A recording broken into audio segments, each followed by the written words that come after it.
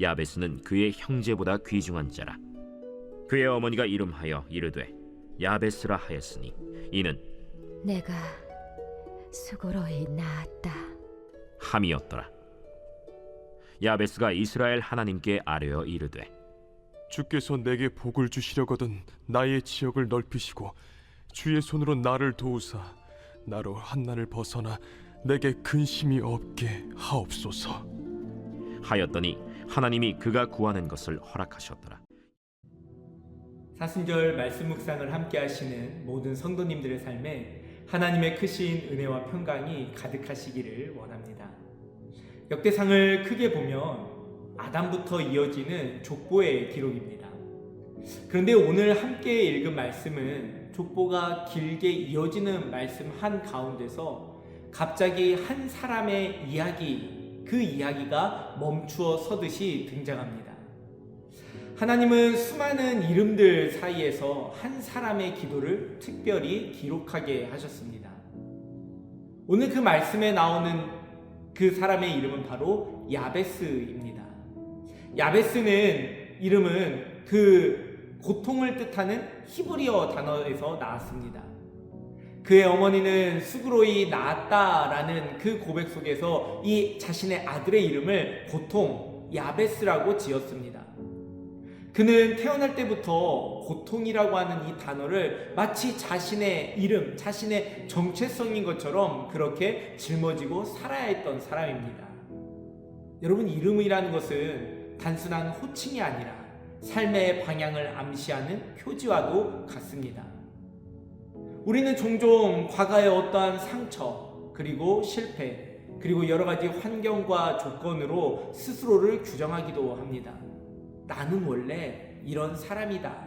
내 인생은 원래 여기까지이다. 그렇게 말하며 자신의 그 가능성을 스스로 닫아버린 채 살아가기도 합니다. 그러나 성경은 분명하게 이야기합니다. 야베스는 그의 형제보다 존귀한 자라. 그의 존귀함은 출생의 어떠한 배경이 아니라 기도의 자리에서 시작이 되었습니다. 그는 고통이라고 하는 자신의 이름에 머물지 않았습니다. 그는 기도함으로 하나님께 나아갔습니다. 성경은 야베스가 하나님께 어떻게 기도했는지에 대해서 이렇게 기록하고 있습니다. 역대상 4장 10절에 있는 말씀입니다. 야베스가 이스라엘 하나님께 아뢰어 이르되 주께서 내게 복을 주시려거든 나의 지역을 넓히시고 주의 손으로 나를 도우사 나로 환난을 벗어나 내게 근심이 없게 하옵소서 하였더니 하나님이 그가 구하는 것을 허락하셨더라. 그의 기도는 매우 분명하고 또한 구체적이었습니다. 하나님, 주께서 내게 복을 주시려거든 나의 지역을 넓히시고 주의 손으로 나를 도우시고 또한 나로 환난을 벗어나 내게 근심이 없게 하옵소서. 여러분, 야베스가 하나님께 올려드린 그 기도의 핵심이 무엇인지 느껴지십니까? 하나님, 내 삶은 내 이름에 달려있는 것이 아닙니다. 내 형편에 달려있는 것이 아닙니다. 오직 하나님께 달려 있습니다. 여러분, 이것이 바로 야베스가 드린 기도의 핵심입니다. 그리고 이것이 또한 우리가 하나님께 드리는 기도의 본질적인 내용이기도 합니다.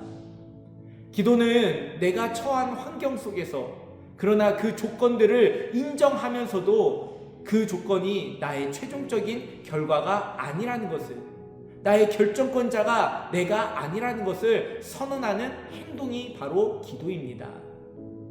기도는 우리에게 주어져 있는 운명과 같은 그런 환경들을 거스르는 믿음의 모습이기도 합니다.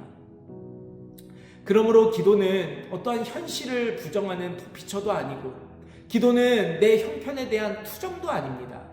기도는 내가 할 수 없는 일에 대해서 하나님께 해달라고 떼쓰는 요청도 아닙니다. 기도는 이 모든 상황을 넘어서 역사하시는 하나님을 인정하고 그 하나님께 나의 삶을 전부를 맡기는 믿음의 행위입니다. 야베스는 자신의 이름이 아니라, 고통이라고 하는 자신의 이름이 아니라 그 이름보다 크신 하나님을 붙잡았습니다. 그래서 그는 고통이라고 하는 이름을 넘어 존귀한 사람이 될 수 있었습니다. 여러분, 우리의 삶도 마찬가지입니다. 나의 이름과 환경이 나를 규정하는 것이 아니라 지금 내가 누구를 의지하고 있는가, 바로 그것이 나를 결정합니다. 그리고 그 의지의 가장 분명한 표현이 바로 기도라는 사실입니다. 사랑하는 성도 여러분, 우리는 종종 기도하는 것을 내 인생의 여러 가지 일들 중에 뒷부분에 마지막에 두기도 합니다. 할 수 있는 시도를 다 해보고 나서야, 그제서야 기도하는 경우도 있습니다. 그러나 야베스는 이 기도를 하나님께 나아감을 자신의 인생의 출발점으로 두었습니다. 여러분, 이것이 사순절 이 말씀을 묵상하는 우리에게 주는 도전과도 같습니다. 여러분, 사순절을 보내는 우리에게 오늘 말씀은 분명히 이렇게 질문합니다. 너는 지금 무엇을 의지하고 있느냐? 여러분, 기도는 자기 부인의 자리입니다. 내 능력의 한계를 인정하는 고백입니다. 내가 주인이 아니라 하나님이 주인 되심을 고백하는 신앙의 표현입니다. 오늘 함께 읽은 말씀에 이렇게 마무리합니다. 하나님이 그가 구하는 모든 것을, 그가 구하는 것들을 허락하셨더라.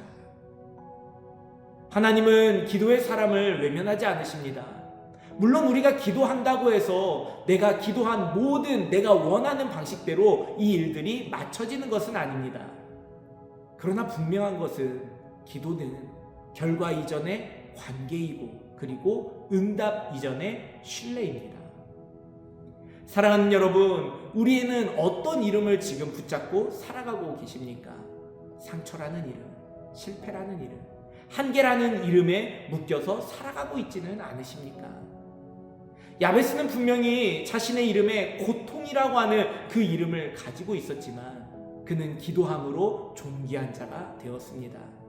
그는 자신의 상황, 형편, 그 이름을 붙드는 것이 아니라 하나님의 이름을 붙잡았습니다. 여러분, 이 사순절 기도를 마지막 수단이 아니라 우리들의 인생의 첫 걸음에 우리의 모든 상황의 첫 시작점으로 삼는 저들 모두가 되기를 원합니다. 문제 해결을 위한 기술이 아니라 하나님을 향한 전적인 신뢰의 고백으로 기도의 자리에 서는 저희들 모두가 되기를 원합니다. 여러분, 기도는 우리의 환경을 바꾸기 전에 우리의 중심을 먼저 바꾸어 놓습니다. 우리에게 처한 그 운명과 같은 상황을 바꾸기 전에 우리의 삶의 방향을 바꾸는 은혜가 있습니다. 여러분, 기도함으로 날마다 우리의 처해진 이 상황들을 믿음으로 넘어갈 수 있는 그런 믿음의 삶이 되시기를 주님의 이름으로 축원합니다. 함께 기도하겠습니다.